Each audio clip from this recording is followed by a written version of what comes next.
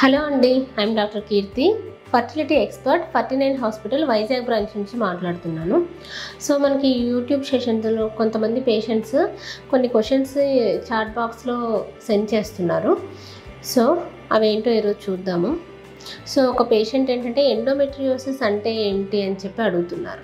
యూజువల్గా ఎండోమెట్రియోసిస్ అనే ప్రాబ్లం ఈ ఇన్ఫర్టిలిటీ రిలేటెడ్ ఇష్యూస్లో చాలా ఎక్కువ మందికి ఈ ప్రాబ్లంతో సఫర్ అవుతూ ఉంటారు. సో మరి ఎండోమెట్రియోసిస్ అంటే ఏంటంటే యూజువల్గా ఆడవాళ్ళకి గర్భాశయంలో ఎండోమెట్రియం అని చెప్పి ఒక లేయర్ ఉంటుంది.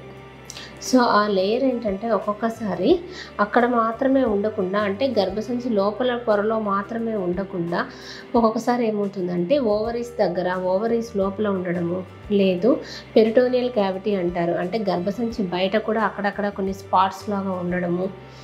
సో ఇలా ఉండడం అనేది జరుగుతుందన్నమాట. సో మరి ఇలా ఉన్నప్పుడు ఎవ్రీ టైం బ్లీడింగ్ అయ్యేటప్పుడు, పీరియడ్స్ వచ్చేటప్పుడు ఏంటంటే వాళ్ళకి యూజువల్గా పీరియడ్స్ అయితే ఏమవుతుందంటే ఈ ఎండోమెట్రియల్ లేయర్ నార్మల్గా బయటకు వచ్చేస్తూ ఉంటుంది. బట్ ఈ ఓవరీస్లో ఉండే ఎండోమెట్రియల్ లేయర్ అండ్ పెరిటోనియల్ క్యావిటీలో ఉండేది ఏమవుతుందంటే అక్కడే బ్లీడ్ అవుతుంది అనమాట. సో అక్కడే బ్లీడ్ అవ్వడం వల్ల ఏమవుతుందంటే అక్కడే పేషెంట్కి ఎక్కువ పెయిన్ కంప్లైంట్ చేస్తూ ఉంటారు. సో ఈ విధంగా ఈ ఎండోమెట్రియోసిస్తో బాధపడే పేషెంట్లలో ఎక్కువ మంది మెయిన్గా ఏవేవి కంప్లైంట్ చేస్తారు అంటే డేట్ వచ్చినప్పుడు సివియర్గా పెయిన్ కంప్లైంట్ చేస్తూ ఉంటారు. సో దీన్ని డిస్మెనోరియా అంటారు. ఇంకొంతమంది పేషెంట్స్ ఇన్ఫర్టిలిటీ ఇష్యూస్తో సఫర్ అవుతూ ఉంటారు. రెండు కలిపి కూడా చాలామంది పేషెంట్స్కి ఉంటాయి. సో మరి ఇటువంటి పేషెంట్స్కి ఏ ప్రాబ్లమ్స్ రావచ్చు అంటే, సో ఫస్ట్ చెప్పుకున్నట్టు ఏంటంటే ఇలా ఎవ్రీ టైం డేట్ వచ్చినప్పుడు సివియర్గా పెయిన్ రావడం కానీ, ఇన్ఫర్టిలిటీ ఇష్యూస్. మరి ఇన్ఫర్టిలిటీ ఎందుకు వస్తుంది ఈ పేషెంట్స్కి? సో మనకి ఇందులో ఏంటంటే ఓవరీలో చాలామందికి ఇలా బ్లీడ్ అవ్వడం వల్ల సిస్ట్లలాగా తయారవుతాయి. సో వీటిని చాక్లెట్ సిస్ట్ అని అంటారు.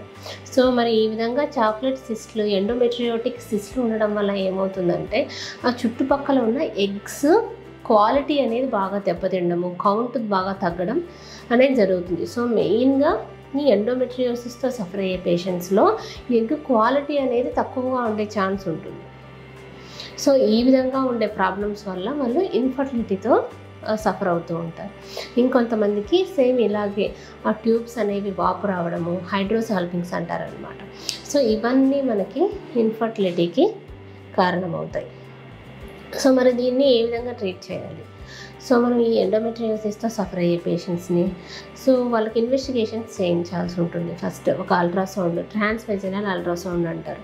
సో ఈ అల్ట్రాసౌండ్ ద్వారా ఫస్ట్ ఏంటంటే మనకి ఫర్ ఎగ్జాంపుల్ ఏమైనా చాక్లెట్ సిస్ట్ ఉందా, తర్వాత ఎగ్ రిజర్వ్ అనేది ఎంత ఉంది, పేషెంట్ యొక్క ఏజ్ ఏంటి, సో ఇవన్నీ మనం కన్సిడరేషన్లోకి తీసుకొని తర్వాత ఏంటంటే ఈ ఎండోమెట్రియోసిస్కి గ్రేడ్ అనేది ఉంటుందన్నమాట. సో ఒక 4 గ్రేడ్స్ ఉంటాయి. సో ఎటువంటి గ్రేడ్లో పేషెంట్ ఉన్నారు, సో ఇది చూసుకొని ఇవన్నీ చూసుకున్న తర్వాత ఒక్కొక్క పేషెంట్కి ఒక్కో రకంగా based on the grade, endometriosis grade ఎంత ఉంది, వాళ్ళ రిజర్వ్ ఎంత ఉంది, సిస్ట్లు ఎలా ఉన్నాయి, ఇవన్నీ చూసుకొని దాని వైజ్ మనం ట్రీట్మెంట్ అనేది చేయాల్సి ఉంటుంది. Thank you so much.